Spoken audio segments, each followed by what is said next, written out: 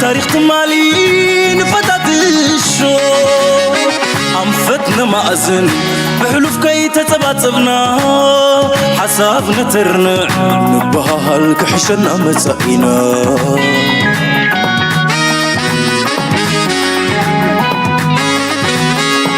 متحقيقاس سرت بالي مللينا حيلي حيلي صان فغري أدما سحبت حلف نكرفنيو يريدراو مالت بغفال نمني بلبي لساني خبط حينا تفرو تغني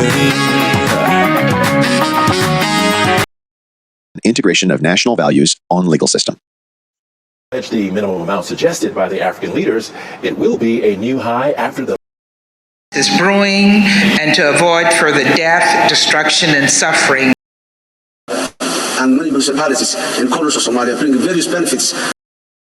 ታታም ሓራን ኤርትራን ኣብ ልዕሊ ህዝቢ ትግራይ on macro-financial stability, productivity enhancement, and favorable. I would like to focus on my own issue. Now people are talking about the resources of the continent. 60% of this endowment, 20%. Transparency. The each unit in Somalia. سلام تغطات نايز channel كما تكونوا تبوك تكونوا ناي وتر تمنيتيو كم وترو نخلو زيناتات كورنا عالم نخلو خنقربين خلينا مسانا كيزغل كنمهارلو كنفلطون كنستعملون زلنا زبلكو عقداسي زيناتات حجلكم قريبا لغو نايلومي ابيعتو كوروناتو ابقرنا افريكا نافريكانز ديسيجن يكون ኤርትራ ድማ ዓብ ጉዳይ ኣለዋ ሓደ ዓብ ኮንፈረንስ ኣብ ኤርትራ ይቃና ኣሎ ስለዚ ብዙሕ ኣገዳሲ ነዘሎ ኩነታት ክንሪና ኣብ ናይሮቢ ብተመሳሳሊ ሓደ ዓብ ዋዕላ ተገይሩ ነይሩ ብዛዕባ ሱዳን ጉዳይ ናይ ሱዳን ኣዛረበ ኮይኑሎ ክንሪና ኣብ መንጎ ኢትዮጵያን ሶማሌላንድን ዝነበረ ስምምዕና ኣብ ደገ ባሕሪ ሓደ ስጉምትን ቅድሚት ክኸይድ ቀሪቡሎ ይበሃል ኣሎ ከምኡ ድማ ሶማልያ ኣብ መድረኽ ናይ ኬንያ ዝበልዎ ክንሪና ታለ ድማ ምስ ዝኸይድ ብዙሕ ሓበሬታ ስለዘለኒ ላይ ግበሩ ሰፖርት ግበሩ ምሳይ ጽንዑና በልኩኹም መጀመርያ እዚ ኣብ ኬንያ ዘጋጥም ዘሎ ቦክ እንጀምሪና ቅድምናት ናይ ኤርትራ ምክንያቱ እታ ኣብ ኤርትራ ዝግበር ዘሎ ኮንፈረንስን ምስ ክተሓሓዝ ስለ ዝኽእል ግን ኣብ ብካል ግምጣል ክንሪዮ ኢና ሱ let's go here start with this one first what is going on here if the donors pledge the minimum amount suggested by the African leaders it will be a new high after the last round of fundraising in 2021 which totaled $93 billion IDA lending operates on a 3-year cycle so come three ወደለኹም ቶም ፋንድ ክገብሩ ዝኽእሉ ናይ ዓለም ወርልድ ባንክ ድዩ ጆን ኬሪ ናይ ክላይሜት ቼንጅ ብላ ብላ ዝብል ዝነበረ ኢኒሺየቲቭ ዝነበሮ ካልኦት ዓበይቲ ሓለፍቲ ዝሳተፍዎ ዘለዉ ኮንፈረንስ እዩ ንሪኦ ዘለና $120 ቢልዮን ሓገዝ ንኣፍሪቃ ክወሃብ ኣለዎ እዩ ዝበሃል ዘሎ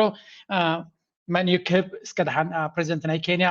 ኣንጋዲት ናይቲ ሃገር ዝበለቶ ክንሰምዕ ኢና ንእሽተይ ክፋል ናይቲ ኣብዪ ኣሕመድ ኣብኡ ተዛረቦ ክንሪኢና ናይ ሶማልያ ዝተዛረቦን ክንሪኢና ነዊሕ ስለ ዝኾነ ግን ነንእሽተይ ክፋል ኢና ክንሪኦ ኣትሊስት እንታይ ከም ተባሃለ ክንፈልጥ which is usually preceded by donors making their contributions at a global meeting. Last year, we brought to global attention that African nations pay interest rates up to 5 times higher than typical World Bank IBRD rates. This year, the situation has worsened.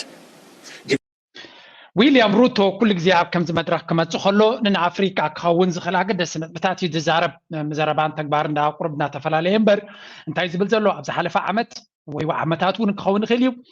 እቲ ወርልድ ባንክ ዝበሃል ከምኡ እውን IMF ዲዮም ቶም ናይ ዓለም ለኻዊ ፋይናንሻል ኢንስቲትዩሽንስ ትካላት ዝበሃሉ እዚኦም ትካላት እዚኣቶም ነተን ሃገራት ኣፍሪካ ዝምዕብላ ዘለዋ ሃገራትን ወለድ ከምዚ ዕዳ ክሓታ ከለዋ ወይ ሓገዝ ክሓታ ከለዋ 5 ዕፅፊ 6 ዕፅፊ ናይተን ካልኦት ሃገራት ናይ ኤውሮጳ ድዩ ናይ ካልኦት ወለድ ልዕሊአን ከም ዝኸፍላ ይገብርዎን እተን ቀንዲ ሓገዝ ዝግበአን ሃገራት ቀንዲ ደገፍ ዝግበአን ሃገራት ልዕሊ 10 ፅቡቕ ዘለዎ ሃገራት ወለድ ንክኸፍላ ይግደዳ ሕጂ ድማ እዚ ኣብ ዝሓለፈ ንክዕረ ኢልና ዝሓተትና እዩ እቲ ኩንነት ግን መሊሱ ብኢሱ ብዛ ዓመት እዚ ኮይንና ክንሪኦ ከለና እዩ ዝብል ዘሎ ዘገርም እዩ ብዛዕባ ኣፍሪካ እዚ ምዕራባዊ ዓለም ወይ ካቲ ትካላት ናይ ምዕራባዊ ዓለም ኣፍሪካ ንከይሓልፈላ ዓጢቆም ዝሰርሑ ምዃኖም መመሊሱ እዩ ንዓለምን ንኣፍሪካን ዝግህደለዎም ዘሎ ማለት እዩ Developing countries are now net contributors to the global economy, contrary to expectations of receiving net inflows. Projections, for example, for 2024 show a net outflow of $74 billion from either countries like Kenya and others to donor nations. So بخال መንገዲ ናይ ጸብጻባት ናይ ቁጠባ ዝሕብርዎ ዘሎ ግን ሃገራት ናይ ኣፍሪካ ለም ተጸበይትን ደለይትን ዘይኮናስ ወሃብቲ ኣብ ዝኾናሉ ደረጃ በፂሐን ከም ዘለዋ እዩ ዝሕብር ዘሎ እንታይ ዝብል ዘሎ ፕሬዚደንት ዊልያም ሩቶ ሃገራት ኣፍሪካ ኣበርከቲ ኔት ኮንትሪቢዩተርስ ስለዚ ገንዘብ ካባና ናብተን ዝሃብተማ ሃገራት ይኸይድ ኣሎ እዚ ድማ በመልክዕ ናብ ስቶክ ማርኬት ኢንቨስትመንት ዲ ናብ ካላ ዓይነት ፎርማት ገንዘብ ካባና አውትፍሎው ይገብር ኣሎ በንጻሩ ካብተን ምዕቡላት ሃገራት ናባና ክመጽእ ዝግብኦ ግን እንታይ ኮይኑ ኣሎ ይብል ኣሎ እጅ ስምዕዎ While net financial transfers to developing countries have plummeted from $225 billion in 2024 to now a low of $51 billion in 2022. Those statistics are glaring by any measure. So بحفشة هجرات أفريقيا كاب أفريقيا بزح جنزب نعم هبتامات هجرات يخيد كم زلون استفل عليه فورمات خونغل الانفستمنت نسيف تنقلب التمايل خونغليو توم هزبز قبرو زلو إتن هبتامات هجرات جن كم تزقبع كاب معبول هجرات نابزن أفريقيا زمت زلو جنزب انتهي مالتي انفستمنت تاب أفريقيا يكون زخلو دا كلايمت دو نقلو دو زبلو كم زد له انفستمنت يقبرو كم زيلو يوزر نزي دما تي ز جلوبال فاينانسينج بهالاخيبه ويليام روتو بزح زدفعلو زنبريو نخوم تباهيلي يوزر على تغيير زلو مچم تي اجندا صنيه له بريزنت سياس كم حجي صبوق يرو غلي صلوم نيرو انديو كن رياي ناسا قدميو نملس ابي احمد ون نابت كونفرنس تي تساتيف كم زنبره حد ابناي ماركتينج كامبين كغبرلو رينا لنا انتي تزاريبو ناي سوماليا ون ابتو كنتات تي كمي كم زنبره نشتي كابت زبلو زعات مرحتيم تساتيفهم نيرم ناي مرحت هاغرات نيرو بريزنت يرترا كم دي تصادفه ناتو زخون حبريتا يرقمكن باترغصنيا كم دي تصادفه እዚ ኩነታት እዚ ምስቲ ንሱ ዝኸዶን ክብሎ ዝደልን ከም ዘይከይድ አንፈልጦ ነገር ስለ ዝኾነ እዚ አብይ አሕመድ ኣብቲ ስቴጅ መፅዩ ዝበሎ እዚ ኩነታት ዘገርም ዘረባ ጉንቱ ዘሪብሎ I think እቲ ንሕና ንፈልጦ ኢትዮጵያን ታው ንሱ ዝኽተላ ዘሎ ኢትዮጵያን ብዙሕ ፍልሊ ከም ዘለዎ ኢና AIDA representatives of other regions, distinguished invited guests, ladies and gentlemen. I would like to begin by thanking our host, my brother, President Ruto. As we gather today, our shared vision for prosperous, equitable, and sustainable future hinges upon our ability to address the pressing challenges faced by countries across the continent, while also harnessing the immense potential of its youth population. So أبي انتهي زبل زلو كونتيننتنا أفريقيا بزح بدهوتات كم زلوا جن نتزلوا تسقطات تتكلمنا دما لو تخنا مسخم نخلي زارب زلو قرم باتي أب كم زعينت stage I think thanks God بزح conferences زي نرد خو نمبر conference كبر كله تزارب وطعم زرباتات أب تكباري متيو كتريا خلها ولا مشتي وانت بقصو كتجبر زي محل كم زي دما نمكن نصاب قال خي مسلكم كم هجرات بعد إثيوبيا كينيا أب أفريقيا نوح متات أب ناس أنا في لايك على إثيوبيا أبتي كونتيننت أب بركته جبراز جب أنزنا برا هجراتين بزح بركته بزح تسبيتي زي جبرالن if you expect German أب كنت أبغى كتبركت دليل أنت لغة German أبدي أقبلك على كونات عالم دكتات أجابت حجر ينيرة إثيوبيا جنب على كونات عالم مسبع على أمريكا سراوي سديدة مستم سعروا سعرات ينيرة سلزي أنتوا حدثي نقد ميت نقد كيد بزح عدل عزنا برا حجر إثيوبيا بنتقارو اتن ابتي كالا يكونات عالم بروكيتات تدبدبا كم بعد جبان باتوميك بومب سهرما لو متى قمتينا بيت الرجا وصينا لو اثيوبيا كساب حجي دحري تريفا رديت لمنزل هاجريا امين اثيوبيا نمسلا يكون نزي ات فاكت اب جراوند زولتي بجبتي اب بايتا زول حقنا نزارب زلنا كينيا تجزياني ركساب سوسان كلتن ام مغزاتياني راكتول تخلي حقا يا تجزياني ريا ات مغزات دما سمبراتنا تغدي في ازيوم جن اي تجزون سلازي تمليسكا اب عالم لخاو ستيج ممسي خاملماني جن Immense potential of its youth population. Allow me to shed light on the state of affairs in Ethiopia, a nation that has been harnessing resilience in the face of a spectrum of challenges, aggravated by external forces such as climate change, pandemic, geopolitical tension, and the soaring global cost of living. ታይዝብ ዘሎ ኣብዛ ዓበይቲ ኮንፈረንሳት ኣፅኒልና ክርያይና ሓደ ዓቢ ኣጀንዳ ነቲ ሽግር ንኽትፈትሕ ኢኻ ትመፅእ ግን በተደጋጋሚ ንሪኦ ብፍላይ ብኣብይ ኣሕመድ ኩሉ ግዜ ኣብዚ ኸዳ ነቲ ዝገብረን ዘሎ ኣብ ሃገሩ እዩ ዝዛረብ أزيف توم كارلوت مرحتنا نايتي أبتي كونفرنس متسو إثيوبيا كمي كم تخيز لا زي فلتو دي مسلم كوينو ويس نساتهم زي فلتو حبريتار لني يلو سلازي عمني أيردانني بنصارو ويليام روتو أكمزو كونفرنس بزعبة تيمانا أفريقيا يزارب انتاي كنقبر لنا even كقلص كله نعبنا تيمانا climate change تقولوا ناي climate change زمسل project زقبر زلو لكن دقف كقبر زقبو إذا حتى أبي أحمد كن كل جزء بتاع زقبر زلو إثيوبيا كن أبي headline أبزينا بقطع بايكون نتبص زلا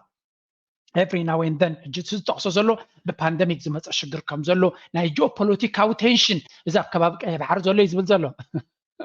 أبكاب كيف عرض اللسي بين قريبة كان عاقة زيادة وش تخزلو tension local tension وش تعو tension استزعابية أجمع نتهاجر نتقط أبانا يتهاجر دما استزعابية بده خوين وزلو إتها وش تهاجر زكاية زلو وترن مسحاب المخانو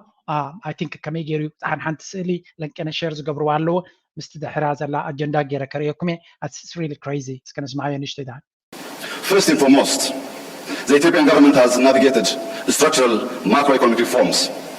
amid challenge, attention on macro-financial stability, productivity enhancement, and favorable investment climate. Second, and central to our collective aspirations for a peaceful continent, we must foster dialogue and reconciliation. In late 2021, Ethiopia formed the National Dialogue Commission to lead inclusive talks. So እንታይ ዝብል ዘሎ መጀመርያ ኢትዮጵያ ናይ ወፃኢ ኢንቨስተርስ ንኽመፁ ነቲ ኢንቫይሮንመንት ናታ ኣመዓራርያ ንኢንቨስተርስ ምቹእ ዝኸውን ኩነታት ፈጢራ ኣላ እዩ ዝብል ዘሎ በንፃሩ እቲ ናይ ኢንቨስትመንት ክላይሜት ግን ብዙሕ ግዜ ሪፖርት ገይረልኩም ኣለኹ ኣብ ሬከርድ ሎው ካብ ዝነበሮም ናይ ኢንቨስትመንት ዕድላት ናይ ደገ ወፃኢ ናይ ወፃኢ ኢንቨስትመንት ኣብ ኢትዮጵያ ዝኣቱ ዝነበረ ኣብቲ ዝተሓተ ደረጃ በፂሑ ከም ዘሎ እዩ ስለዚ ብግምጣል እዩ በንፃሩ ነቲ ውሽጣዊ ዘሎ ፀገማትና ንምፍታሕ ዲያሎግን ወይ ከዓ ምይይጥን ዲስካሽንን ንምግባር ሓደ ኮሚሽን ኣቆይመ ኣለኹ ይብል ኣሎ እቲ ኩነታት ኣብ ሪያሊቲ ንሪኦ ዘለና ግን ኣብ መንጎተን ክልላት ዘሎ ወጥርን ቴንሽንን ኣብ ዝበረኸ ደረጃ ይበፅሑ ዘሎ ንሱ ጥራይ ከይኮነ ምስ ጎረቤት ሃገር ዝካየድ ዘሎ ኩነታት እውን ክንርኢ ንኽእል እስከ ንቐፅል ንስማዓዮ Independently tackling ongoing conflicts with wide public involvement. The Commission has thus far had consultative dialogue involving tens of thousands of stakeholders over 2 years. Regional dialogue. Like many AIDA countries, Ethiopia faces unemployment skill gap challenge, with the government prioritizing accessible education to empower citizens while encouraging youth engagement in startups across various fields. So እንታይ ዝብል ዘሎ እቲ ሜጀር ፕሮብለምስ ናይ ኢትዮጵያ ዝብሎ ዘሎ ሓደ ነቲ ኢንቨስትመንት ነቲ ቁጠባ ንምብርባር ስትራክቸራል ወይ ከዓ ናይ ኣቃውማ ናይቲ መንግስቲ ኣካይዳ ናቱ ከም ዝቐየረ ንኢንቨስተርስ ንክስሕብ በቲ ካልእ ድማ ካልኣይ ነጥቢ ድማ ዝብሎ ዘሎ እቲ ኣብ ውሽጢ እቲ ሃገር ዘሎ ናይ ሰላምን ርግኣትን ፀገም ንምፍታሕ ምስ ህዝቢ ዲያሎግ ወይ ከዓ ምይይጥ ይገብር ከም ዘሎን ብዝያዳ ይደፍኣሉ ከም ዘሎን እቲ ዝገብሮ ዘሎ ግን ውፅኢት የምፅእ ኣሎ ድየለን ዳርጋ መብዛሕትኡ ሰብ ዝፈልጦ እዩ ሳልሳይ ድማ እቲ ሽቕረት ኣልቦነት ኣብቲ ሃገር ዘሎ ንምግታእ እቲ ሃገር ኣብ ብዙሕ ፃዕርታት ትኸይድ ከም ዘላ ንትምህርቲ ኳሊቲ ናይቲ ትምህርቲ ንምሕያል ከምኡ ድማ ነቲ ሰባት ናቶም ቢዝነስስ ክገብሩ ስታርትኣፕ ካልቸር ንክንገብር ንፅዕር ኣለና እዩ ዝብል ዘሎ እሱ ናይ ኢትዮጵያ ጉዳዩ it doesn't matter I hope ትዝብልዎ ዘለዉ ይኾነሎም እየ ዝብል ብሓፈሻ ግን እቲ እዚኣ ስእሊ እዚኣ ኣብ ሶሻል ሚድያ ክዘውር እየ ኣለኹ ሳ ድማ ኣብዪ ኣሕመድ በብሓደ ነቲ ክልላት ናይ ኣምሓራ ከምዚ ኣብ ውሽጢ በብሓደ እተዉ እናበለ በብሓደ ዘግስጦም ዘሎ ገይሮም እዮም ስኢሎም እንታይ ማለት እዩ ናይ ትግራይ ጉዳይ ነይሩ ትግራይ ተሃሪሙ ፀጉዑ ምስ ሓዘ ኣምሓራ ድሕሪ ይመፅኡ ምስ ኣምሓራ ተጓሲቱ ሽዑ ናብ ኦሮሞ ሽዑ ናብ ሶማሊ ስለዚ ነቲ ክልላት በብሓደ ምጉሳጥ ምዃኑ ስትራቴጂ ናቱ ኣብዚ እዋን እዚ እዛ ስእሊ እዚኣ ብዙሕ ግዜ ክዘውር እየ ኣለኹ it makes perfect sense ካብኡ ናብኡ ድማ ኩሎም እቶም ኣብቲ ሪንግ ናይቲ ቦክሲንግ ዘለዉ ንሓድሕዶም እውን ክጓሰጡ ከም ዝኾኑ እዩ ዘርኢ እቲ ስእሊ እቲ ፅሑፍ ኣብ ዝነበረ ብሓፈሻ እዛ ስእሊ እዚኣ ነቲ ኣብ ኢትዮጵያ ዘሎ ኩነታት ዝያዳ ንሳ ክትገልፆ ትኽእል ምስ ጉዳይ ናይ ሶማልያ ኣብ ከምዚ ዋዕላ እናኸዶ ከሎ እቲ ሃገራት ናይ ኣፍሪቃ ከምዚ ዋዕላ ነቲ ሽግር ክፈትሑ ክንዲ ዝፍትኑ ልክዕ ሓድሽ ሓበሬታ ድማ ክወፁ ጀሚሩ ኣሎ ፕረዚደንት ናይ ሶማልያ ኸ ኣብቲ ዋዕላ እንታይ ተዛሪቡ እስከ ንስማዕ ፕሊስ ላይ ግበሩ ምሳይ ፅንሑ ንኩሉ ክንሰምዖ ይንኽእል ኢና ናይ ኣቢ ምክንያቱ ከም ዝበልኩኹም ኩሉ ብዛዕባ ውሽጣዊ ኩነታት እዩ እቲ ዋዕላ ግን ሓበራዊ ፀገማት ንምፍታሕ እዩ ነይሩ መብዛሕትኡ ግዜ ግን ስለምንታይ ከምኡ ይኸውን ኣይርዳእንን እዩ The discussion of the African leaders on the future of financing of our common development agenda with the President of the World Bank, his senior leadership team and donors. Instead of well-replenished IDA 21 means more opportunity for investment, job creation. ፕሬዚደንት ናይ ሶማልያ ድማ እዚ ከምዚ ዓይነት ናይ ኢንቨስትመንት ኢንተርናሽናል ኢንቨስትመንት ነቲ ኣህጉር ኣፍሪካ ክግበር ዝኽእል ኣገዳስነት ኣለዎ ነተን ሃገራት ድማ ንኩለን ጠሚቱ ነቲ ቁጠባዊ ለውጢ ንምምፃእ ኣበርክቶ ክህልዎ ክእል እዩ ኣብ ዝብል ቴማ ኣብ ዙርዩ ነቲ ውድብ ባንኪ ዓለም እናጠቐሰ ይዛረብ Economic growth and effective response to the devastating global shocks like the climate change, which hampers all our progress despite our minimal contribution as a continent. Essentially, in this age of increasing global uncertainty, socio-economic, political and security. እንታይ ዝብል ዘሎ ብሓፈሻ ድማ እቲ ክላይሜት ቼንጅ ናይ ዓለምና ናይ ዓውሎማ ወይ ናይ ክላይሜት ለውጢ ኣብ ፕላኔትናትና ንኣፍሪካ ሃገራት ኣፍሪካ ብዙሕ ኣበርክቶ ንዘይብልና እቲ መጉዳእቲ ግን ልዕሊ ካልኦት ንስሕኖ ኣለና ስለዚ እቲ ኢንተርናሽናል ኢንስቲትዩሽንስ ወይ ከዓ ወርልድ ባንክ ድዩ IMF ድዮም ካልኦት ሓይልታት ነቲ ዘሎ ኩነታት ርዮም ከከም ኣበርክቶና ከምቲ ብከላ ንስዕቦ ዘለና ከክንዱ ከበርክታ ከም ዘለወን ነተን ግዳይ ዝኾና ዘለዋ ብዘይ ናተን ኣበርክቶ ድማ ካሕሳ ክወሃበንን ኣብ ቁጠባዊ ለውጥናተን ነቲ ክላይሜት ዝመፁ ዘሎ ፀገማት ንምፍታሕ ኣብኡ ኣበርክቶ ክገብራ ከም ዘለዋ እዩ ፃውዒ ዝገብር ዘሎ which is absolutely interesting ነቲ ኩነታት ኣብቲ ዓውዲ ሓበራዊ መፍትሒ ምፍጣር ነተን ዓበይቲ ትካላትን ውድባትን ድማ ናተን ኣበርክቶ ንክገብራ ጫውዒቲ ዝገብር ዘሎ ኣብዛ ብምልእቲ ዘረባናቱ ብዛዕባ ኣብ መንጎኦምን ኣብ መንጎ ኢትዮጵያን ዘሎ ጉዳይ ኣይተዛረበን ብሓፈሻ ከምዚ ፕላትፎርምስ ብዙሕ ግዜ ንኢትዮጵያ ኮሊንግ ኣውት ይበሃሉ ንኢትዮጵያ ዲፕሎማስያዊ ፀቕጢ ዝፈጥረላ ነይሩ ኣብዚ እዋን እዚ ግን ከም ንሪኦ ዘለና ብታሕቲ ብዙሕ ነገራት ይኽየድ ኣሎ እዚ ድማ ምዚ ኣብ ሱዳን ዝግበር ዘሎ ክልቲኡ ኣተሓይዘ ከርዮኩም ኣሜሪካ ኣብ ልዕሊ ሶማልያ ሓደ ድራማ ክሰርሕ ጀሚራ ከም ዘላ እዚ ከዓ ከም ኣካል ናቱ ኣብዚ ዓውዲ እዚ እውን ክዛረቦ ዘይከኣለ ምክንያቱ ብክልተ መንገዲ ክርያ ድሓን እዚኣ መልስማያ ናይ ጅቡቲ እውን ከርዮኩም this very interesting ነገር ኣብዚ ኩነታት ዝምዕብል ዘሎ ኣብዚ ሓድሽ እዋን እስከ ነዚያ ካንስማያ Risks like the Red Sea crisis as well as the enormous development financing need, we must ensure IDA 21 becomes the main vehicle to support sustainable development. Without this, almost all developing low-income nations will struggle to deliver progressive changes from the offset. I wanted to thank the government and the Republic of Kenya and his So ብሓፈሻ እንታይ ዝብል ዘሎ እቲ ዓለም ለኻዊ ትካላት ወርልድ ባንክ ካልኦት ነቲ ዘሎ ፀገማት ናይ ጂኦፖለቲካ ኣብ ቀይ ባሕሪ ዘካይድ ዘሎ ናይ ክላይሜት ፀገም ኩሉ ምሉ ነቲ ኣህጉር ኣፍሪካ ንቀርኒ ኣፍሪካ ድማ ብፍሉይ ልዑል ፀቕጢ ገይሩሉ ከም ዘለዎን እቲ ፋንዲንግ ናይዞም ዓበይቲ ትካላት ድማ ኣብዚ ዞባ እዚ ነቲ ኩነታት ንምብዳሕ ክሕግዝ ከም ዘለዎ እዩ ዝያዳ ዝገልፅ ዘሎ ብፍላይ እታ ኣዛረባ ዘላ ኣብ ቀይ ባሕሪ ዝግበር ዘሎ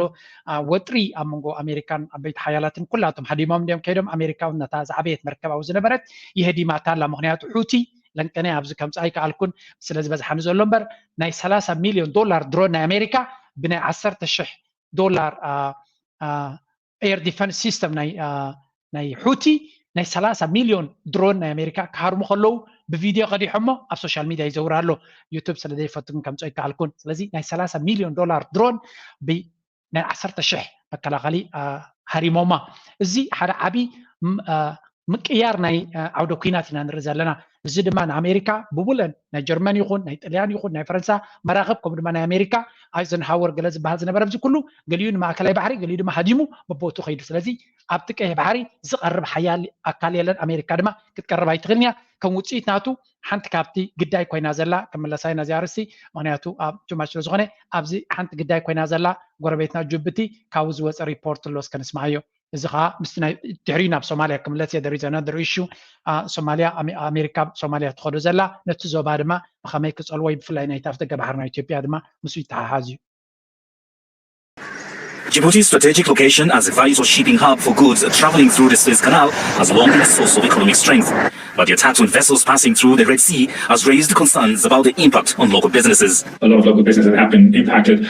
very directly by... So እዚ ኣብ ቀይ ባሕር ዘሎ ልክዕ ምስቲ ናይ ኣብ ዞባታት ዝከያድ ዘሎ ኣብ ቀይ ባሕር ዘሎ ፀገም ንቁጠባ ናይ ጅቡቲ ስምብራቱ ገዲፍሉ ከም ዘሎ እዩ ዝንገር ዘሎ ናብቲ ኮንፈረንስ ግን ክመልሰኩም ቅድሚ ካብ ምውፃእና ንእሽተይ መይዛረብ መልሲ ናይ President William Ruto for hosting this critical meeting on IDA 21 establishment and for bringing us all together. I also wanted to recognize the visionary leadership of His Excellency Ajay Bank, the President of the World Bank Group.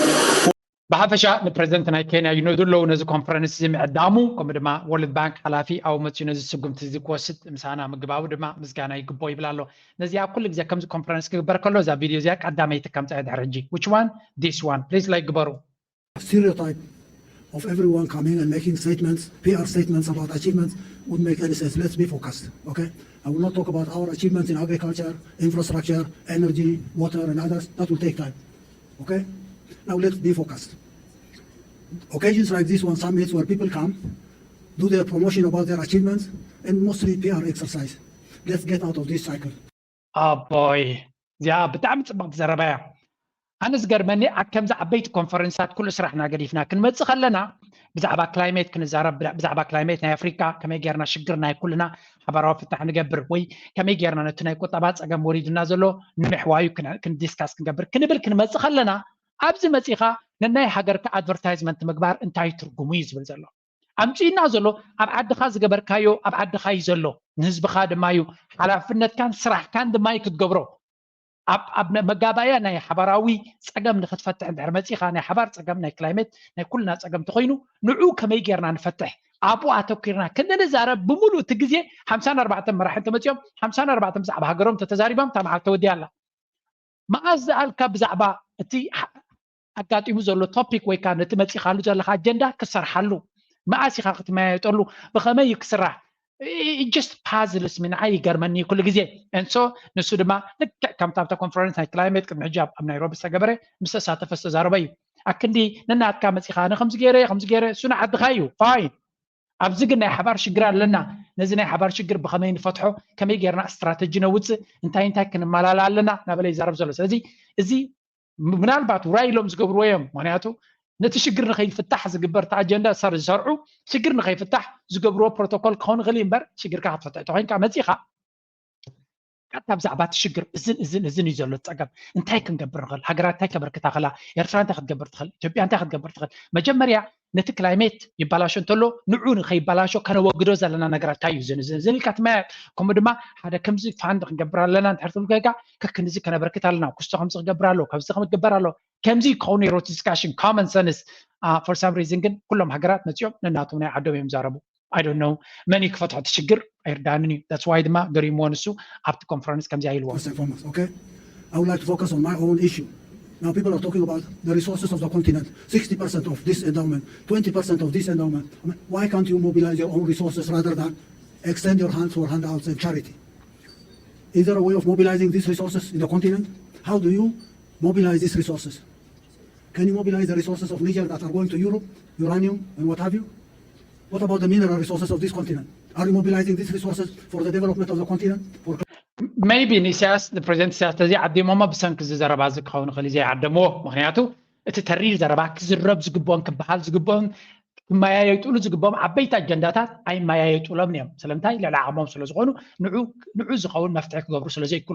كله تكزرب كله في اللاي president ناي كينيا كل زي أفريقيا سوسة ميتاوي زحرس مريت اللوا 400 نزل كلايميت خون أجاتات بأفريقيا يزلوا إذا أجا كن 10% اللوا يزبال كمي جيرنا نزيز أجاتات نزيز لنا نبلو زلنا أورجنايز جيرنا شجرنا خم فتح نغل سلامنتاي تقدم يتحطوناتنا نزعد حبونا مبال تخون سلامنتاي نتزلنا أجاتات بناتنا خنجبر زين خل إن exactly نسو نتاز فلتان زجبراني خنجرام زغل زي اللي نجار قبل ما يكلني أب سماي تسبيخا كاب كالو تسبيخا أتجبر نجار وسيد كمس يكلني نعبنت بريزنت ناي كينيا ويليام روتو بزحنا وورلد بانك كبر ما نكالو بليونات جنزب وسيدلو if you ask كينياويان أبزوانزي اتزخف هي وتنحلف على نايم زلو معناته وورلد بانك IMF جنزب كبخا خلو نتكو طبعك يريم زدليوخا قدام يتزجبروا هذا ما taxes كتدايبر لك من جسات أو يتعطوك وسغلو التاكسس كأتقولو corruption ده حركة قاصرة زي تقول كوينكا التجنزب ما مليش من جسيز مت من جسدما corruption حيل ده حلو خينو بزح سجامي زفتر لذي تولد بانك كل جزء سيستم على نسوز الباب ንሱ ድማ እቲ ገንዘብ ኣብ ዓበይቲ ኮርፖሬሽንስን ውሕዳትን ካልኦትን ኮይኑ እቲ ዝበፅሕ ህዝቢ ብወርልድ ባንክ ሓጊዝዋ ዝሃብተመት ሃገር ኣብ ኣፍሪካ ከምዘየላ ትፈልጡ ኢኹም ንዓመታት እዮም ሓጊዞም ግን ለውጢ የለን ስለምንታይ ለውጢ ንክመፅእ ስለ ዘይደልዩ እዩ እሱ እቲ ዴፊኒሽን ካልእ መግለፂ ክረክብ ኣይክልኒ ያለ ኣብዚ ኮንፈረንስ ዝነጊርዎም እዩ እንታይ ፀገምና ቀንዲ መንግስቲ ጥዑይ ዘይብልና ከመይ ጌርና ኢና ፕሮጀክት ከነሳልጥ ንኽእል ኢልዎም መብዛሕትኡ ትብዚ ዝረብ ግን ናን ገቨርንመንታል ኦርጋናይዜሽን ናን ገቨርንመንታል መንግስቲ ዘይብሉ መንግስቲ ዘይኣትዎ ኢና ንበሃል ስለምንታይ መንግስቲ ሓያል ስለ ዘይድለ ኣብ ኣፍሪካ መንግስቲ ሓያል ስለ ዘይድለ ሓያል መንግስቲ ንህዝቡ ከድሕን እዩ ነቲ ዝመፀ ገንዘብ ድማ ኣብ ዝግብኦ ክገብሮ እዩ ልክ ሓያል መንግስቲ ሓያል መራሒ ኣብ ሓንቲ ሃገር ክመፅእ ከሎ ዲክታተር እዩ ሸይጣን ኢሎም ካብ ስልጣን ከም ዝእለ ወይ ድማ ዝኾነ ሓገዝ ከም ዘይረክብን እገዳ ከም ዝወርዶን እዮም ዝገብሩ እቲ ዕላማ ድማ ሃገራት ኣፍሪካ ድንዙዝ መንግስቲ ነቲ ሃገር ክቆፃፀር ዘይክእል መንግስቲ ስለምንታይ የድልዮም ድሌቶም ምትእትታው ክገብሩ እቶም ኤንጂኦ ዝበሃሉ ናን ገቨርንመንታል ኦርጋናይዜሽን ዝብሎም ኤንጂኦታት ነቲ ገንዘብ ተቆፃፂሮም እቶም ፖለቲከኛታት ብብልሽውና ብገለን ኣቆማጢዖም ድሌቶም እናገበሩ ክነብሩ ዝደለይዎ ንኣብነት ረብሓናቶም ከሳልጥ ዝኽእል ድማ ኣብ ስልጣን ይመፅእ ፀጋታት ናይ ኣፍሪካ ድማ ንኣፍሪካ ዘይኮነ ነተን ካልኦት ሃገራት ከም ዘረብሕ ኮይኑ እዚ ኒጀር ዝብሎ ዘሎ ቢልዮንስ ሃብቲ ናብ ፈረንሳ ይኸይድ ነይሩ ንመጀመርያ ዓልዋ መንግስቲ ገይሩ ሕጂ ኣይሂበኩም ፈረንሳ ተቕሊልኩም ውፁ ኣሜሪካውን ተቕሊልኩም ውፁ ኢልዎም ኣሎ ምናልባት እዛ ዘረባ እዚኣ ክዛረብ ከሎ ኣይጋጠመን ነይሩ ሕጂ ግን ኣጋጢሙ ኣሎ ሶ ኣይ ቲንክ ከምዚ ዓይነት ዘረባ ዝዛረብ መራሒ ኣይክደልዩን እዮም probably that's why ኣይዓደሞን ክኸውን ይኽእል እዩ ወላ እንተዓዲሞም እውን I'm very sure ክኸዶም ከም ዘይክእል ድሕሪ እቲ experience Climate change, what are these resources? Everybody is talking about their achievements in their own locality, in their own national borders, without even addressing the real issues challenging this continent. Talk about the continent's challenge and try to find solutions for this challenge, okay? We're talking about climate change, we're talking about resources, we're talking about so many things. Don't divert focus on ፕሬዚደንት ኢሳያስ ከምዚ ዋዕላታት ነቲ ናንሰንሲካል ወይ ትርጉም ዘይብሉ ግዜ ዘባኽን ኩነታት ክእለን ጠጠው ክብልን ኣብቲ ዘድሊ ዕላማ ኣተኪርና ክንሰርሕ ኣለና ብምባል ነቲ ሓንቲ ግዜ ዝተሳተፈ ከምኡ ኣብ ናይ ብሪክስ ኣኼባ ኣብ ሳውዝ ኣፍሪካ ኣብ ተሳተፈሉ መሪር ዘረባ ተዛሪቦም ናይ ኣሜሪካ ዕብለላን ግበታን ኣብ ጥቃ መራሕና ዩኤን ኮፍ ኢሉ ብተሪር ቋንቋ ኣስሚዕዎም ነይሩ ስለዚ ኣብቲ ኣገደስቲ ስቴጅስ ተሪር ዘረባ ክዛረብ ዝኽእል እንኮ መራሒ ንሱ ምዃኑ and I am very very sure ዝበዝሕ መራሕቲ ናይ ኣፍሪካ ከም ዝፈትውዎ ምክንያቱ እቲ ንሳቶም ዝደልይዎ ግን ክብልዎ ዓቕሚ ዘይብሎ ምክንያቱ ተኢሎሞ ከቢድ ስጉምቲ ክወርዶም ዝኽእል ንሱ ከምኡ ስለ ዝብሎም ከም ዝፈትውዎ እምበር ኣፍሪካውያን መራሕቲ እውን ይደልይዎ እዮም እቲ ዘረባ ንመለስ ናብቲ ናይ ኣፍሪካ ክልተ ነገራት ክንርኢና ሓደ ኣብ ጉዳይ ናይ ሶማልያ ዝግበር ዘሎ ድራማ ክንርኢና እዚ ድራማ እዚ ድማ ናበይ ገፁ ክኸይድ እዩ ጉዳይ ናይ ሱዳን እውን ኣብ ባይቶ ፀጥታ ከምኡ ድማ ኣሜሪካ ብዛዕባ ክትዛረብ ጀሚራ ኣላ ንጀምር ኣብቲ ናይ ሶማል ንመለስ ምክንያቱ ንሱ ንባዕሉ ነፍሱ ዝኻለ ኣገዳስነት ዘለዎ ኩነታት ስለ ዝኾነ Brigade has been exclusively trained by the US to play a pivotal role in the country's fight against the Al-Qaeda-linked militant group Al-Shabaab. The group has been given money, expertise and equipment for the mission. In February, the United States even agreed to spend more than $100 million to build up to 5 military bases for Danab. It now stands So እንታይ እዩ ኣብ ሶማልያ እቲ ፍሉይ ሓይሊ ወታደራዊ ሓይሊ ኣሜሪካ ኣሰልጢናን ባጀቱ እናሸፈነትን ፍሉይ ሓይሊ ናይ ሶማልያ ኣቑማቶ ዝነበረት ነቲ ገማግም ናይቲ ነቲ ሃገር ንምሕላው ገለ ኣባላት ናይቲ ወታደራዊ እዚ ብልሽውና ንብረት ናይ መንግስቲ ወይ ሓገዝ ዝወሃቦም ዝነበረ ሰሪቆም ንውልቃዊ ረብሖም ወይ ንገሊኦም ይገብርዎ ስለ ዝነበሩ እቲ ንገብሮ ዘለና ሓገዝ ጠጠው ከነብሎ ኢና ኢሎም ኣለዉ so again ብልሽውና ተተራኺቡ ስጉምቲ ክወስድሎም ክበሃል ከሎ ፅቡቅ እዩ ኣበይናይ ነጥቢ ግን ይብልዎ ኣለዉ እዚ ክትክርዳና ክኽእል ኣለዎ ሶማልያ ምስ ኢትዮጵያ ኮንፍሮንቴሽን ኣብ ዘለዋ ግዜ ስለዚ ኢማራት ነቲ ዝነበረ ሓገዝ ነቲ ትሕግዞ ዝነበረት ገንዘብ ጠጠው ከም ዘበለቶ ገሊፃ ኣሜሪካ ድማ ሕጂ እግራ ክትሕፅር እያ ትፍትን ዘላ እቲ ዕላማ ድማ እንታይ እዩ ውሽጣዊ ርቃት ናይ ሶማልያ ፋሕፋሕ ንክኣቱ እዚ ከዓ ምስቲ ካልኣይ ኣንፈት ዝፅዕርዎ ዘለዉ ነቲ ናይ ሶማሊላንድ ሓደ ሰኔተር ናይ ኣሜሪካ ኣብ ዝሓለፈ ነቲ ሓንቲ ሶማልያ ኢልና ንሓስቦ ፖሊስናትና ክንቅይሮ ኣለና ንጉዳይ ናይ ሶማሊላንድ ዳግሚ ግምት ክንገብሮ ኣለና ሶማሊላንድ ርክብ ክንገብር ክንፍትን ኣለና ክብል ተዛሪቡ ነይሩ ኣብ ዝሓለፈ ቅንያት ምዝያ ሕጂ ዝወስድዋ ዘለዉ ነቲ ኣገዳሲ ወታደራዊ ዓቕሚ ናይ ሶማልያ ነቲ ፍሉይ ኮማንዶ ስልጠና ዝወሰደ ንዑ ዝያዳ ሓይልካ ነቲ ሃገር ብክልተ እግራ ጠጠው ክትብል ዝግባኣ ንሱ ንኸየጋጥም ንድሕሪት እግሮም ይስሕቡ ኣለዉ ስለዚ ሶማልያ ኣገይን ሕጂ እውን ብዙሕ ብድሆታት የጋጥማ ከም ዘሎ እዚ ድማ ውፅኢት ናይቲ ኣብዚ ሓንቲ ኣርቲክል ርያ ነይረ ክልቴና ተሓይዝና ክንርአ ኢና ሽዑ ምናልባት ነቲ ናይ ጅቡቲ ርኢና ናብ ናይ ኤርትራ ክምለስ ንኽእል ኢና ኣብዚኣ ሓዳሽ ኣርቲክል ወፂያላ ኣብትናቶም ናይ ፕሮፓጋንዳ ዝድማ ውራይልካ ዝግበር ምዃኑ መንግስቲ ኢትዮጵያን ናይ ሶማሌላንድን ነቲ ዝነበሮም ሓሳባት ይልሎ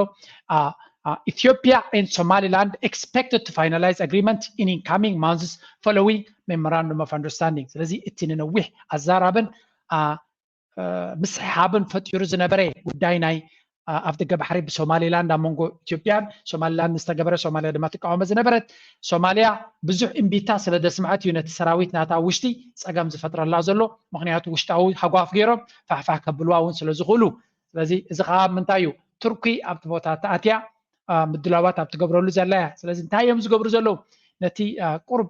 ኣሰር ናይ ምብጋስ ዝነበረ ንዑ ከፍርስዎ ይፍትንለዉ ስለምንታይ ናብ ሶማሌላንድ ምትእትታው ክገብሩ ስለ ዝደልዩ ዘለዉ እዚ ከዓ ምስቲ ኣብ ጅቡቲ ዘለዎም ኩነታት ኣብ ደገ ባሕሪ ናይ ባብኤል መንደብ ልዑል ኣገዳስነት ኣብ ዘለዎ ኩነታት ናይ ጅቡቲ ጥራይ እኹል ኣይኮነን ኤርትራ ምስ ራሽያን ቻይናን ትኸዶ ዘላ ከምኡ ድማ የመን ብንየው ብቐረባ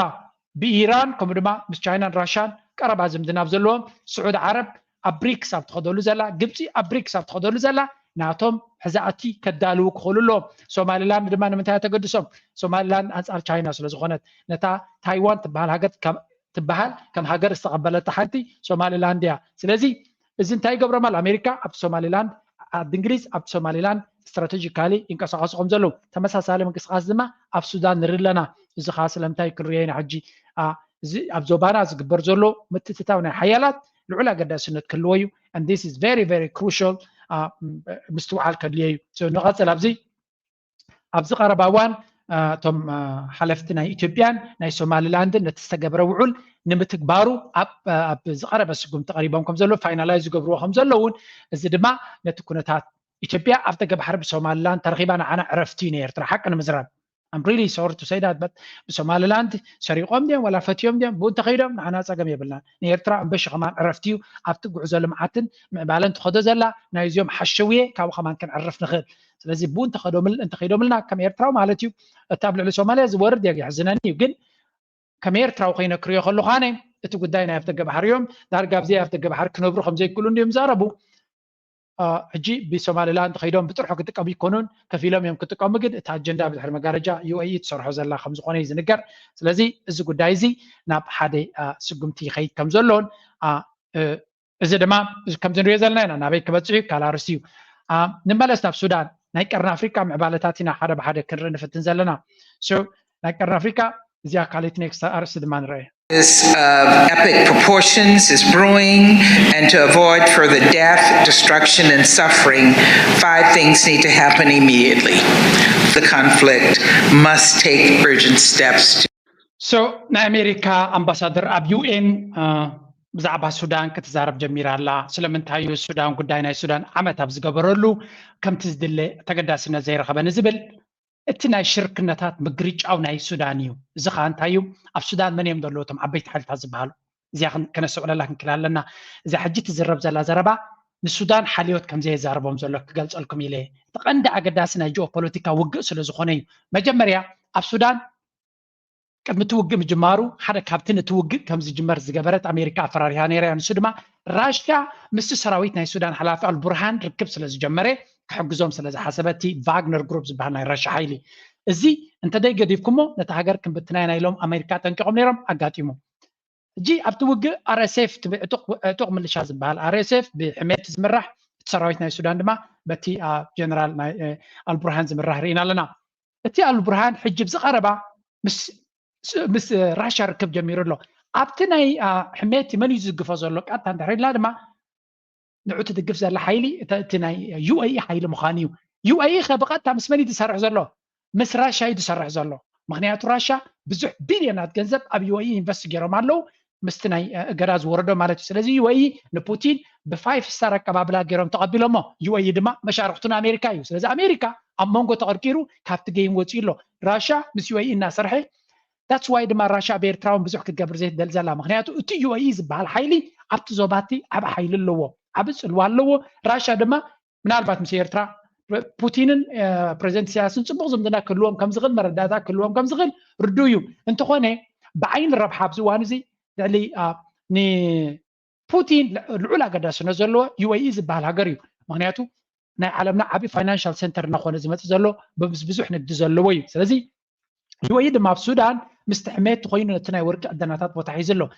ናብቲ ወደብ ናይ ባሕሪ ክመጽእ ድማ ይደሎ ኣብቲ ወደብ ንኸይመጽእ ግን እቲ ናይ ስዑድያ ሓይሊ ከምኡ ድማ ምስ ግብፂ ኮይኑ ዕድል ይሃቦም ኣሎ ስለዚ እቲ UAE ዝበሃል ምስ ግብፂ ናይ 35 ቢልዮን ኢንቨስትመንት ገይሩ ዝምድናታት ክጀሚሩ ኣሎ ስለዚ ኣብቲ ገማግም ባሕሪ እውን ክመጽእ ከም ዝኽእል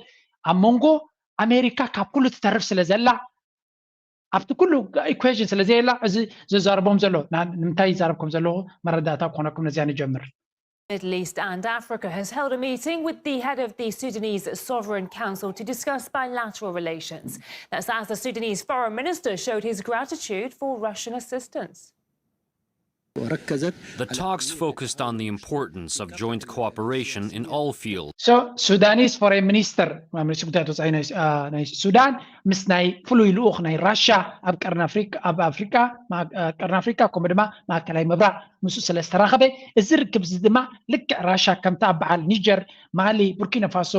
ከምኡ እውን ጫድ ሕጂ ውፅኣቶም ዘላ ኣብታ ሱዳን ድማ ንእሽተይ ዝነበሮም ፅልዋ ሱዳን ከተውፅኦም ከም ትኽእል ተረዲቦም ዘሎ ስለዚ ኣሜሪካ ወሪድዋ ዘሎ ውድቀት ተዛዓበየ እዩ ኣብዚ ዋን እዚ ናይ UAE ዝበሃል ኣብ ቀርኒ ኣፍሪካ ዘለዎ ፅልዋ ወላ ሰሜን ኣፍሪካ እውን ክትብል ትኽእል ኢኻ ምስ ኢትዮጵያ ዝውር ዘሎ ሓይሊ እዩ ኣብ ሶማልያ ኣብ መብዛሕትኡ ዓብ ሓይሊ ኣለዎ ኣብ ኬንያ እንተበልካ እውን ብዙሕ ገንዘብ ኢንቨስት ክገብር መብፅዓት ኢሉ ስለዚ ፅልዋ ኣለዎ ኣብ ሱዳን ፍርቂ ናይቲ ሱዳን ሓይሊ ኣብ ጎኑ እዩ ዘሎ ኣብቲ ዞባቲ ምስ ኤርትራ ጥራይ ይርክብ ዘይብሉ ስለዚ ኣይ ሪሊ ሆፕ እዚ ሓይሊ እዚ እስቲ ምስ ስዑድያ ዘለዎ ምክርፋስ ኣብ ግምት ብምእታው ኤርትራ ምዝ ሓይሊ እዚ ምዝ UAE ዝበሃል ዝምድና ክትገብር ተትኽእል ፅቡቕ ነይሩ ዝምድና ክብለኩም ከለኹ ግን ከምዚ ካህሊ ክትገብር ኣይኮነን ብኻልእ ዘራርባ ነቲ ራሻ ነቲ ቻይና ንክልቲኦም ሓይልታት እዛ UAE ትበሃል ዓብ ፅልዋ እዩ ዘለዋ ስለምንታይ ክልቲአን ሃገራት ራሻ ይኹን ቻይና ዓብ ኢንቨስትመንት እዩ ዘለወን ኣብ UAE ነዳዲ ካባይ ገዛየን ዓብ ሽርክነት ናይ ቢልዮንስ ገንዘብ ሽርክነት እዩ ዘለወን ኣካል ናይ ብሪክስ ድማ ስለ ዝኾነ ስለዚ ምስ ቻይና ምስ ራሻን ክትገብሮ ትኽእል ዝምድና እዛ ሃገር እዚኣ ፅልዋ ክትገብሮ ከም ትኽእል ይርዳእኒ ስዑድያ ኸዳ እንታይ ትገብረላ ተልኩም ስዑድያ ዶርማንት ክብሎ ኽእል ደቂሱ ዘሎ ሓይሊ ክብሎ ኽእል ኣነ ከምቲ ዝድለ ኣክቲቭ ሓይሊ ይኮነን ኣብቲ ዞባቲ ኣብ ፅልዋ ዘለዎ ሃገር ብዙሕ ሓይሊ ዘለዎ ግን ዘይንቀሳቐስ ሓይሊ እዩ ኣብቲ ጂኦፖለቲካ ናይቲ ዞባ ከምቲ ዝድለ ከም ናይ UAE ፋስት ዝኾነ ቅልጡፍ ምንቅስቓስ ሓደ ግዜ ድማ ብዙሕ ግዜ ድማ ሓደገኛ ምንቅስቓስ ዝገብር ሓይሊ እቲ ናይ UAE ሓይሊ እዩ ገንዘብ ኣለዎ ሃገሩ ኣማዕቢሉ እዩ ኣብ ደገ እዩ ዝደልዮ ዘሎ ሽርክነት ምስ ደቡብ ሱዳን ናይ 12 ቢልዮን ዲል ናይ ነዳዲ ገይሩሎ ኢልና ኣለና ኣብ ኢትዮጵያ ብዙሕ ገንዘብ ኢንቨስት ገይሩሎ ኣብ ሱዳን ዳርጋ ነታ ፍርቂ ሱዳን ተቆፃፂሩ ኣሎ ኣብ ሶማሊላንድ ነቲ ወደብ በርበራ ወደብ ዝሰርሖ ዘሎ ንሱ እዩ ኣብ ኬንያ ቢልዮንስ ናይዚ ግሪን ሬቮሉሽን ዝበሃል ዘሎ ኢንቨስት ዝገብር ዝፍትን ዘሎ እዩ ኣብ ግብፂ ቢልዮንስ ገንዘብ ኢንቨስት ይገብር ኣሎ ሶ ኢን ጀነራል ነቲ ዞባቲ ኣሜሪካ ዝኾነ ኢንቨስትመንት የብላን ምስ UAE ተፀጋጊዓ ክትከይትፍትን ነይራ ነቲ ምፅግጋዕ ድማ ራሻ ወሲዳቶ ሕጂ ራሻ ምስ UAE ናይ ቢልዮናት ዝትመን ኢንቨስትመንት ኣለዎም ሽርክነት ኣለዎም ስለዚ እቲ ጂኦፖለቲካ ናይቲ ዞባ ብዝቐልጠፈ መንገዲ እዩ ዝቕየር ዘሎ እዚ ድማ ዓብ ፅልዋ ክህልዎ እዩ ኣብቲ ዞባና ንኻልእ ግዜ ብሰፊሑ ክገብረልኩም እየ because there's a lot of things ብዙሕ ነገር እዩ ዝፍፀም ዘሎ ነዚ ድማ ኩልና ኣስተውዒልና ክንሪኦ ዘለና ኮይኑ ይስምዓኒ እስከዚያ ንስማዕ ሓደ እንዲሁ ህርመት ልብና ሓንቲ መዝሙር ቅኒትና ወገን ሃይማኖት ዘይንብል ትሸዓተ ብሓንቲ ማዕድና ጉዑይ ዝሕሉ ጉዕዞና ፅንዓት ጅግንነት ትስንቅና ሰሎም ዝፀንሐን ክብርና ስረት ህላዌ ባህልና ብስም ሰማእቲ ማሕላና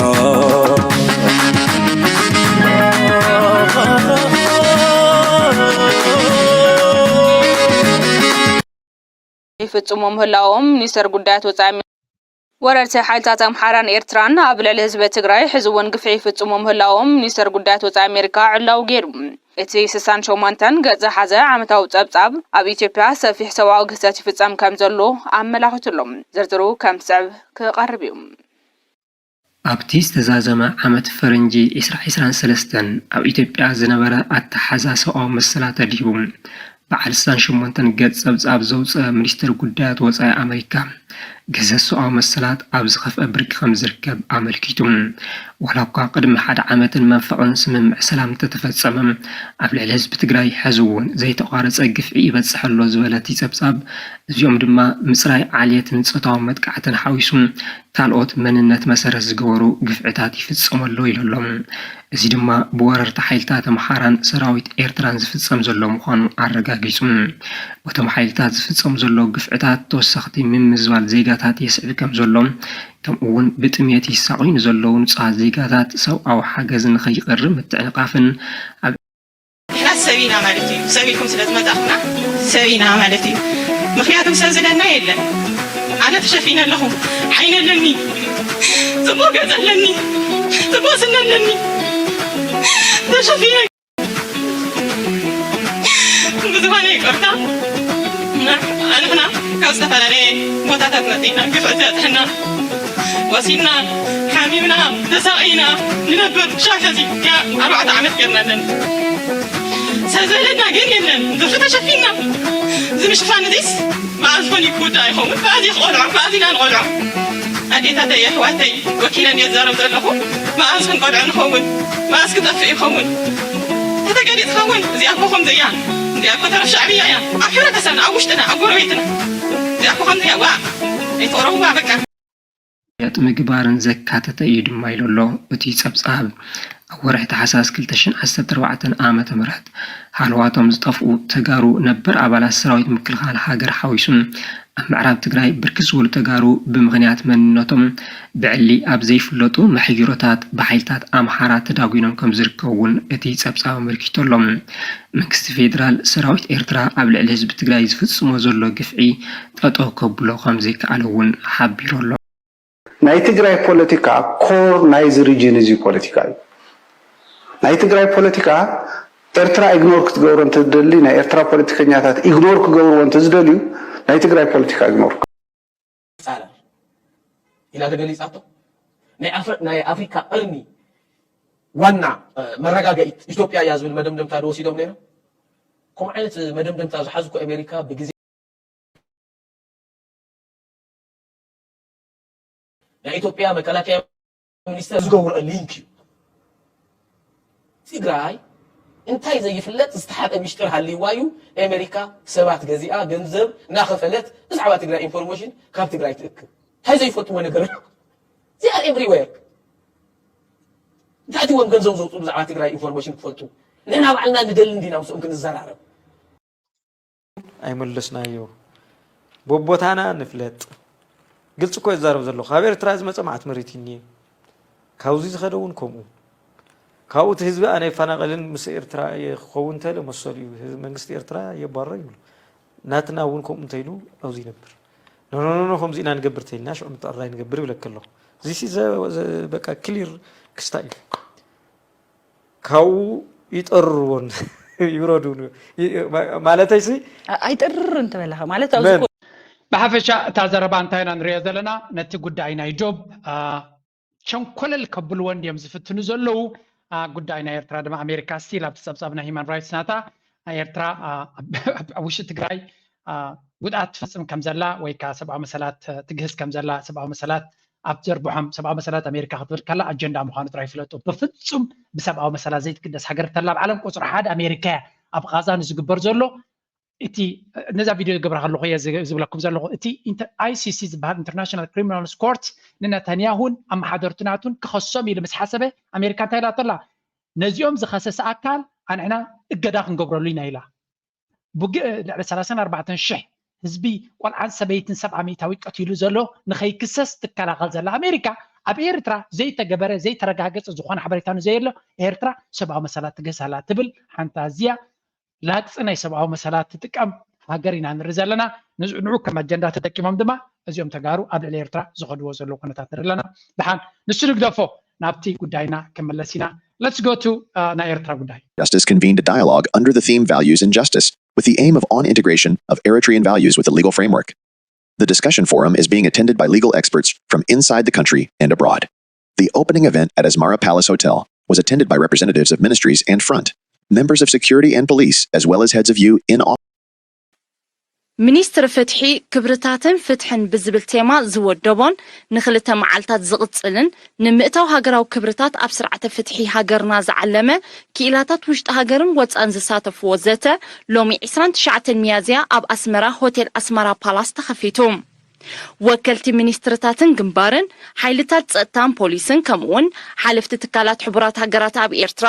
ዲፕሎማሰኛታት ከምኡውን ኣባላት ሚኒስትር ፍትሕን ካልኦት ዕዱማትን ዝተረኽብሉ መኽፈቲ ስነ ስርዓት ሚኒስትር ፍትሒ ፈውዚያ ሃሽም ኣብ ዘስማዓቶ ቃል ኣተኩሮ ናይቲ ዘተ ዘቤታዊ ኣህግራውን ዓለማውን ተመክሮታት ኣብ ግምት ዘእተወን ንሕመረት ክብርታት ሕብረተሰብ ኤርትራ ዘጣምርን ስርዓተ ፍትሒ ምርግጋጽ ከም ዝኾነ ገሊጻ ሚኒስትር ፈውዚያ ኣስዒባ መሰረታውያን ሕግታት ኤርትራ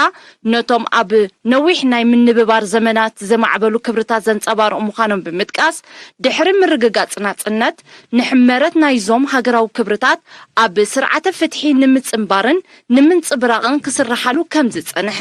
እዚ ድማ ንራእይ ኤርትራ ኣብ ጽምዶ ዞባውን ዓለማውን ሰላምን ምንብባርን ዘጉልሕ ምዃኑ ኣረዲኣ ድሕሪዚ ሓፈሻዊ መብርሂ መስርሕ ምምሕያሽ ስርዓተ ፍትሒ ኤርትራ ብመንጽር ዘላቒ ልምዓት ከምኡውን ንመስርሕ ምምሕያሽ ስርዓተ ፍትሒ ኤርትራ ዘደልድሉ ሃገራውያን ክብርታት ኣብ ዝብሉ ዛዕባታት ተዘትዩ ዘተ ክብርታትን ፍትሕን ጽባሕ 30 ሚያዝያ እውን ክቕጽል እዩ ኣብዚ ዘተ ካብ ሴኔጋል ኬንያ ኢትዮጵያ ሶማል ኒካራጓ ኢጣልያን ፈረንሳን ዝተወከሉ ክኢላታትን ዕዱማት ወጻተኛታትን ይሳተፉ ኣለዉ እዚ ሓደ ዓቢ ኣገዳሲ ፍጻሜ ኣብ ኤርትራ ዝፍጸም ዘሎ እዩ ናይ ብሓቂ ደስ ዘብል ድማሪና ዓበይቲ ስኮላርስ ናይ ኣፍሪካ ፓን ኣፍሪካኒስትስ ዝሳተፍዎ ዘለዉ እዩ ናይ ኤርትራ ብትክክለኛ ስእሊ ዝጥምትዋ ሰባት ከምቲ ምዕራባዊ ሚድያ ዝገብሮ ፕሮፓጋንዳ ዘይኮነ ኣካይዳ ናይ መንግስቲ ኤርትራ ኣካይዳ ኣነባብራ ናይ ህዝቢ ኤርትራ ዘኽብሩ ዋላ እኳ ዘብለጭልጭ ገዛውቲ ዘብለጭልጭ ጽርግያ እንተዘይብላ እዛ ሃገር እዚኣ ትክክለኛ ንኣፍሪካ ሃገር ኣፍሪካ ክትሓልፎ ዘለዋ ብድሆታት ብናታ ኤርትራ ብዘውፅኦቶ ቻርተርን ዲዛይንን ትኸይድ ዘላ ሃገር ብምዃና ልዑል ክብሪ ኣለዎም በዓል ፕሮፌሰር ለሙምባ ከም ትሪእዎ ዘለኹም ከምኡውን ፕሮፌሰር መሓመድ ሓሰን ኢትዮጵያዊ ቤልጅማዊ ማለት እዩ ከም ንሪኦ ዘለና ካልኦት ዓበይቲ ስኮላራት ናይ ኣፍሪካ ዝተሳተፍዎ ዋዕላ እዩ ኣብዚ ሓለፈ እውን ኣምፂአልኩም ነይረ ናይ ብሓቂ ተስፋ ዝህብ እዩ እዚኣቶም እዮም ድማ ነቲ ናራቲቭ ኣብ ልዕሊ ኤርትራ ዝግበር ዝነበረ ጸለመን ምክፋእን ኣብ ምቕያር ዓብዪ ኣበርክቶ ክህልዎም ዝኽእል ኤርትራ ፍትሒ የብላ ገለ የብላ ዝበሃል ክብርታት ዘለዋ ሕግን ስርዓትን እትፈልጥ እቲ ህዝቢ ድማ ጌና መንግስቲ ኤርትራ ናጽነት ከይረኸበ ክብርታት ዘለዎ ኣብ ባህሊ ናቱ ድማ ናይ ነዊሕ ዓመታት ታሪኽን ኣካይዳን ዘለዎ ካብ ካልኦት ሃገራት ኣፍሪካ ዲሞክራሲ ኣለና ኢሎም ዝውጁ ብኣካይዳን ብፅፈትን መብዛሕትኡ ግዜ ኣብ ቅድሚት እትመጽእ ሃገር እያ ስለዚ ንዘለና ክብርታት ተድነቕና ንዘለና ኣካይዳት ተድነቕና ንዓና እውን ጽቡቕ ይስምዓና ስለዚ ኣብታ ኔክስት ቪድዮ ክሓልፍ ኣብ ካልእ ግዜ ብካልእ መንገዲ ከብላ ስለ ዝኽእል ነቲ ክብርታት ካብ ተዛረብና እዚኣ እስከስምዕዋ ምስ ክብርታትና ትኸይድ ሓርከይስ እቲ ካሜራማን ቻናል ሰኣለ እዚኣ ሓዚም ሰላም ሰባት ረኺቦሞ እዚስ ሓቂ ክኾነ ይኽእልን እዚሲ ኤዲት ጌርኩሞ ኣለኹም ኣብ እምበርሲ ከምዚ ስራሕ ክህሉ ኣይክእልን እዮም እዚስ ዓብዪ መዓት ሰብ ሓቆም እዮም ልዕሊ 2,000 ሰብ እዩ ተኻፊልዎ ልዕሊ ብማሽናትን ብባቡራትን ብኣየራታትን ተሪኢኻ እዚስ ዓብ እንታሽሚ ግን ኩሉ ግዜ ብንእሽተ ንምንታይ ንሓስብ ዝብል ኣነ ከም ሰብ ንምንታይ ንእሽተ ዲና ኣበርኪትና እዚኣ ንብላ ዘለና ብዛዕባ ልምዓት ስለ ዝኾነት እስከ ካብዚኣ ንእሽተይ ክፋል ናይዛ ኢንተርቪው ከስማዓኩም እየ ቨሪ ቨሪ ኢንትረስቲንግ ክፋል እያ ናይዛ ልስና ይኽእል ኢልካ ዝሕሰብ ኣይኮነን ስለዚ እዚ ከም ሓፈሻዊ መረዳእታ ወሲድናዮ ነዚ ዝመፅእ ዘሎ ዓመታት 2024 25 ድሕሪኡ እንደለና ንሓስብ ንኽእል ማለት ክቡር ፕሬዚደንት ኣብዘን ዝሓለፋ 3 ፈተንቲ ዓመታት ህዝብና ኣብ ውሽጢ ሃገር ምውፃእን ለበዳ ኮቪድ ኮነ ኩሉ መዳያዊ ሃገራዊ መኸተን ምጥንኻር ዘርኣዩ ሓድነትን ዝገበሩ ኣበርክቶን ዝድነቕ እዩ ኣብዚ ንኣትዎ ሓድሽ መድረኽ ቁጠባውን ንግዳውን ንጥፈታት ንምብርባር ወፍሪ ደቂ ሃገር ንምስሓብ ብዝምልከት መንግስቲ ዘለዎ ፖሊስን መደባትን እንታይ ይመስል ናይ ወፃኢ ወፍርን ምትሕብባርን ዋጅ ኩሉ ግዜ እተን ጉዳያት ሕቶታት ክቐርባ ከለዋ ከምቲ ቀዲመ ጠቐስክዎ ሕልና ኣይኮነን ፖሊሲ ምሕንፃፅ ወይ ፖሊሲ ምውቃር እውን ኣይኮነን ፖሊሲ ምስ ወፀ ተተግቢሩ ከምቲ ዝድለ ከይዱ ዶ ኢልካ ክትሓትት ትኽእል ድሕሪ ተመሊስና ክንዛረብ እንድሕር ኮይና ድሕሪ ናጽነት ሲ ማልያ ዘይብሉ ዓበይቱ ናይ ኮነን ግን ተሃጊሩ ዝነበረ ትካላት ነይሩ እዚ ትካላት ከመይ ገይሩ ክምዕብል ኣለዎ ተባሂሉ ሓፈሻዊ ፖሊሲ ተቐሚጡ ማለት እዩ ወፍሪ ናይ ዜጋታት ናይ ፕራይቬታይዜሽን መደብ መፅኡ ኩለንተን ትካላት ነናብ ከስርሐን ዝኽእል ኣካል ክኸዳ ኣለዎን ተባሂለን ኣባይቲ ተሃጊሩ ነበረ ነናብ ዋንኡ ተመሊሱ ተፈላለየ ንጥፈታት ቁጠባዊ ንጥፈታት እውን ሰፊሕ ሱታፍ የክልዎ ኣለዎ ኣብ ዝብል መረዳእታ ንብዙሓት ዜጋታት ዕድል ተዋሂቡ ሕጂ ካብዚ ኩሉ ግዜ እቲ ኣበራት ምግምጋም ምግናኑ ዘይኮነ እቲ ኣረዳድኣ ከምቲ ዝነበረ ኣይኮነን ወላቶም ዕድል ተዋሂቦም ናብ ኣዝዩ ኮራፕት ዝኾነ ኣሰራርሓታት ስለ ዝኸዱ ነቲ መደባት እውን ከምቲ ዝድለ ኣይከደን ኢልና ክንዛረብ ንኽእል እሱ ግን ተስፋ ዘቁርፅ ወይ ድማ ነቲ ሓሳብ ተቐይር ኣይኮነን ገጅፍ ሱታፍ የክህሉ ክእል ኣለዎ ዋላ ኣብ መጓሰ ትነብር ዘሎ ሰብ ካብቲ ዘለዎ ናብ ዝማዕበለ ደረጃ ከይድ ክኽእል ኣለዎ ከም ኣብነት ማለት ናይ ጥሪት ሃብቲ ናይቲ ሃገር ክሳብ ክንደይ ይገጅፍ እዩ ምስ ካልኦት ኣወዳዲርና ንዛረብ ኣይኮነ ናይ ውድድር ኣይኮነ ንሕና ናይ ገዛእ ርእስና ናይ ጥሪት ናይ ምፍራይ ዓቕምና ግን ቀሊል ነገር ኣይኮነን ገጅፍ ሃብቲ ናይቲ ሃገር ኣብ ኢድ ጓሶት እዩ ዘሎ ዓይነት ቁጠብኦም ዓይነት መነባብሮኦም ብዘይገድስ ኣብቲ ቁጠባ ዘለዎም ኣበርክቶ ንእሽቶ ኣይኮነን ኣብኡ ክሳተፉ ክእሉ ኣለዎም እቲ ዘለዎም ዓቕሚ ከመይ ናይ ማይ ኣገልግሎት ናይ መጋጫ ዕድላት ዝተፈላለየ ቬተሪናሪ ኣገልግሎታት ምስኡ ድኸይድ ኣግማል ድላይ ካብን ንዕኡ ኣብ ሰደድ ደረጃ ክትበፅሕ ቅድም ነቲ ዘቤታዊ ጠለባት ናይቲ ዕዳጋ ከተማልእ ክትክእል ኣለካ እሞ ትፍርያት ክዓቢ ክእል ኣለዎ ክንዲዚ ሚልዮን ዝኣክል ጥሪት ኣሎ እንድሕር ተባሂሉ ኣብ ውሽጢ ተወሰነ ዓመታት ናብ ክንደይ ተዓፃፃፊ ሚልዮናት ክድይብ ይኽእል ንዕኡ ዘድሊ መሳለጥያታት እንታይ እዩ እዚኦም ሰባት እዚኣቶም እቲ ዝሕዝዎ ዘለዉ ክፋል ናይቲ ቁጠባ ከማዕብልዎ ክእሉ ኣለዎም ናብ ናይ ስጋ ኢንዱስትሪ ክትሰጋገር ትኽእል ኢኻ ናብ ናይ ቆርበት ኢንዱስትሪ ክትሰጋገር ትኽእል ናብ ናይ ፀባን ውፅኢት ፀባን ኢንዱስትሪ ክትሰጋገር ትኽእል ምስቲ ዓይነት ናይቲ ቁጠባ ተኣሳሰረ ማለት ንሪኦ ዘለና ሓንቲ ካብተን ዘሐጎሰትኒ ኩነታት ንሪኦ ዘለና ሓዉ ንእሽተይ ንቢንያም ግርማይ ሕጂ እውን ናብ ኮርሶ ኣብ ፍራንክፈርት ዝግበር ናይ 23 ዓመት ክሳተፍ ምስ ካልኣይ ናይ ኢንተርማርሽ ኣኽሊሉ ማለት እዩ ክልተ ኤርትራውያን ብዘይ ቢንያም ማለት እዩ ኣብቲ ውድድር ክሳተፉ ምዃኖም እዚ ድማ ሓደ ዓብይ ክሐጉሰናን ደስ ክብለና ዘለዎን ዜና እዩ ቢካዝ ኤርትራ ንቅድሚት ትመፅእ ኣላ ሓደ ቢንያም ሓደ ኣሌክሳንደር ስለ ዘለና ዘይኮነሲ በቲ መርሃዊ ቅዱስ ኣብ ዝሓለፈ ለንቀነ ኣብ ሓንቲ መድረክ ኣብ ትርኩ ተዓዊቱ ካልኣይ ኣትዩ ሕጂ እውን ፅቡቅ ይኸይድ ከም ዘሎ ኣውሪኢላ ኣለና ኣብ ዝሓለፈ ድማ ናትናኤል ከምኡ ክንደይ ዓወታት ተጎናፂፉ ኢና ቢንያም ከምኡ ኣማንኤል ገብረዝጋብሄር ለንቀነ ኣብቲ ናይ ትሬክ ፖስት ሪኦ ነይረ ብጣዕሚ ፅቡቅ ሙሉእ መዓልቲ ከዛርብ ከም ዝወዓለ ስለዚ ኤርትራ ፅቡቅ እያ ትግስግስ ዘላ ብፍላይ ኣብዚ ዓውዲ ኮርሶ ሄኖክ ሙሉእ ብርሃን ሓደ ካብቶም ሌጀንድስ ናትና ኣብ ጅሮ ዲ ኢጣልያ ክሳተፍ ምዃኑ ተነጊሩ ኣሎ ስለዚ very very exciting news ከምኡውን ኣማንኤል ገብረዝጋብሄር ናብ ጅሮ ዲ ኢጣልያ እንተዘይ ተጋጊ ቢንያም ግርማይ እውን ክሳተፍ ይመስለኒ ናትናኤል ምናልባት ኣብ ቱር ዲ ፍራንስ ኢኻ ትኸውን ስለዚ ብዙሕ ፅቡቅ ዜናታት ዘሕጉስ ዜናታት እዩ ዘሎ ብወገን ኤርትራውያን ኣትሌታት ንቅድሚት ይግስግሱ ጥራዮም ዘለው ሓደ ቢንያም ሃሊካ ዘይኮነስ ተካኢ ከተቁም ኣለካ ስለዚ ኣብታ ጋንታ ኢንተርማርሽ ቢንያም ክልተ ተፃወቲ ከም ዝኣትው ገይሩ ኣሎ ካልኦት ጋንታታት ድማ ከምኡ ክገብራን ተጀሚረን እቶም ካልኦት ተፃወትና ናይ ብሓቂ ተስፋ ዝህብ መድረክ ክኸውን ይኽእል እዩ እስከ ንእሽተይ ተመሊስና ንስማዕ ካብቲ ናይ ፕሬዚደንት ኢሳያስ ሪኮርድ እየ ናብ ኣዝዩ ምዕቡል ቴክኖሎጂ ዘለዎ ምርባሕ እውን ክትከይድ ትኽእል ኢኻ ብጀካቶም ጓሶት ንብሎም ሒዞሞ ዘለዉ ሃብቲ ናይ ምፍራይ ናይ ዘራይባታት ጌርካ ዘመናዊ ብዝኾነ ቴክኖሎጂ ምርባሕ ከብቲ ምርባሕ ጥሪት ከብቲ ጠለበጊዕ ካብኡ ናብኡ ናብ ስጋ ናብ ናይ ቆርበት ኢንዳስትሪ ክትሰጋገር ናብ ናይ ፀባ ኢንዳስትሪ እውን ክትሰጋገር ኣለካ ኢልካ ልዕራብ ቢልካ ማለት እዩ ሕጂ እዚ ወፍሪ እዚ ዕድል ይወሃቦ ማለት እዩ በቲ ዝተሓተ ንጅምር ኣብ ላዕሊ ኮንካ እንትኸይድ መብዛሕትኡ ዘሎ መረዳእታ ወፍሪ ክበሃል ከሎ ሆቴል ሬስቶራንት ባር ከፊትካ ማለት ኣይኮነን he really understands ናይ ሕብረተሰብ ናይ ኤርትራ of course መራሕ ናይ ኤርትራ እንዲሁ ፅቡቅ ገይሩ ይፈልጣ ግን ወፍሪ ክበሃል ከሎ ኣብ ኤርትራ ኣብ ህዝብና ሆቴል ሬስቶራንት ባር ገለመለ እዚ ጥራይ ኣብ ሓንጎልና ዝመፅእ እዚ ዝብለ ፀንሐ ግን ዓንዲ ሕቆ ናይቲ ቁጠባ እዩ ሕርሻ መግቢ ናይ ደርሁ መፍረድ እዩ ናይ ስጋ መፍረድ እዩ ናይ ፀባ መፍረድ እዩ እዚ እዩ እቲ ዓንዲ ሕቆ ናይቲ ሃገር ክኸውን ዝኽእል ከምኡ ድማ ናይ ካልኦት እንስሳታት መፍረ ናይ ኣግማል ክኸውን ይኽእል ናይ ካልእ እዚ ዓይነት ሕርሻ እቲ ዝበለፀን ዘኽስብን ንሃገር ድማ ውሕስነት ናይ መግቢ ንኸተረጋግፅ ዝገብራ እዩ ኦፍኮርስ ናይ ኣሕምልቲ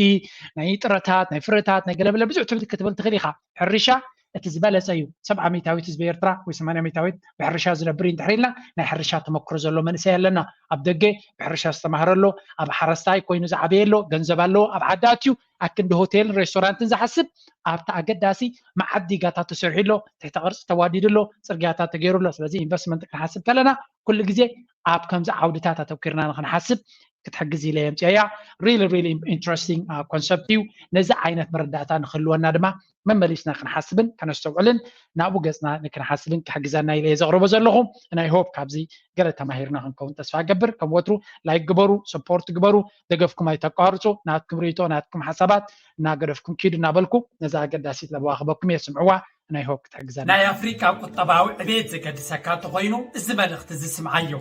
مجمريا جنزبكا أب ستوك ماركت إنفست جبرو نكعبي مخنياتو أب بانكو خفيل زولو جنزبكا بانكي زتكامل زولو نيروبا نامريكا ما يمعبلو لولو وترخلته نافريكا اختكم زخيل كيلتن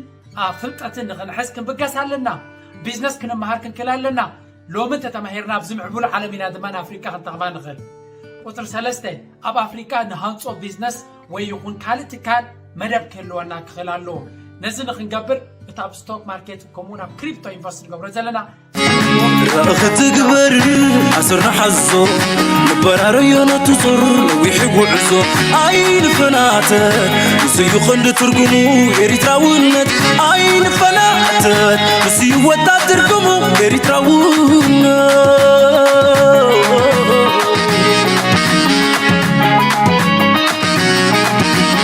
إريتراونت مادر حونت إريتراونت حبن جغنت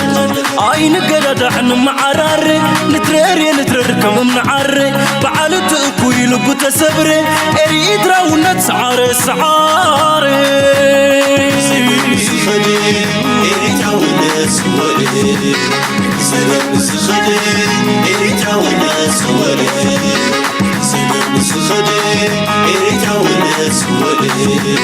سلام سخدي إريتراونت سوالي سقم سخدي إريتراونت سوالي